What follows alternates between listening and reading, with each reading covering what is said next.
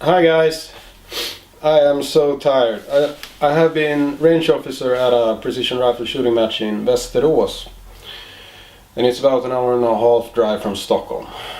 So I did that the stupid way by only sleeping 3 hours the night to Saturday, and then going up from bed at 5 in the morning, then driving 1.5 hours and taking care of a bunch of shooters. But it was fun. Same thing today. But today, or Saturday evening, a childhood friend of mine turned 40, so we had to celebrate him, which meant beer. I didn't have many, a few. And I got to bed kind of in time. Anyway, still up at 5, drive 1.5 hours. It turned out really well anyway. So I thought I was going to recap what I took care of 4 stations. So first one was like a cargo net with 4 shooting positions. The furthest distance was 310 meters where I at my stages. So they had to do 4 different heights from left to right or whatever. They could choose the order they took the shots from. 2 shots from each, 8 shots total at a plate about this big, or 25 centimeters or whatever, at 310 meters, and they had 90 seconds to do it on.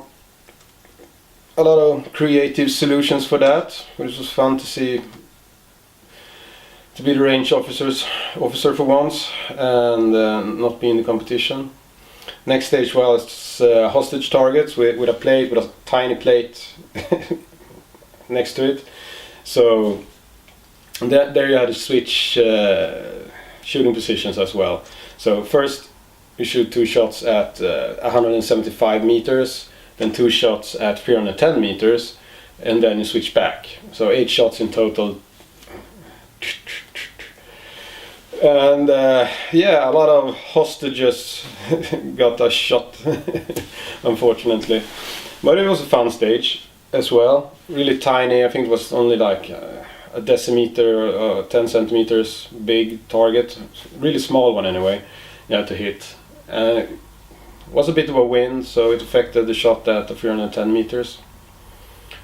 Then it was just know your limits targets with progressively smaller targets. I think it was from like 25 down to 10, and you had to take a shot. You only had 60 seconds. Then it was a kind of fun stage where you had this big kind of cinder blocks thingies you build walls out of, about 10 kilos each. You had 5 of those. So I had to grab one, put it on the ground, then take a shot from that, then grab one and put it on top of the other, and then take a shot from that. So the shooting position kept changing, and you had 2 minutes to do that on. And it's 10 shots, 2 from each of the 5 cinder blocks. So, turned out fine.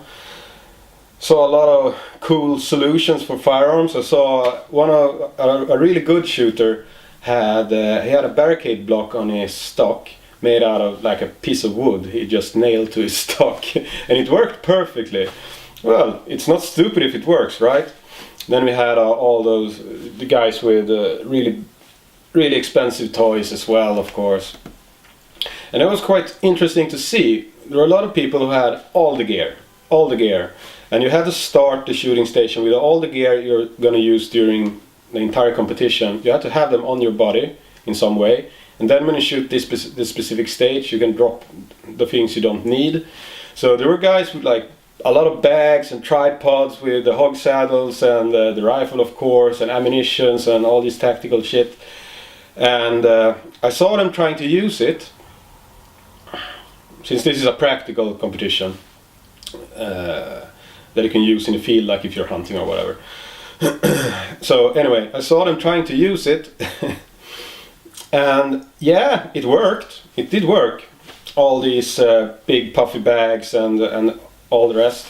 It did work. When they took shots from awkward shooting positions, they actually hit what they aimed at.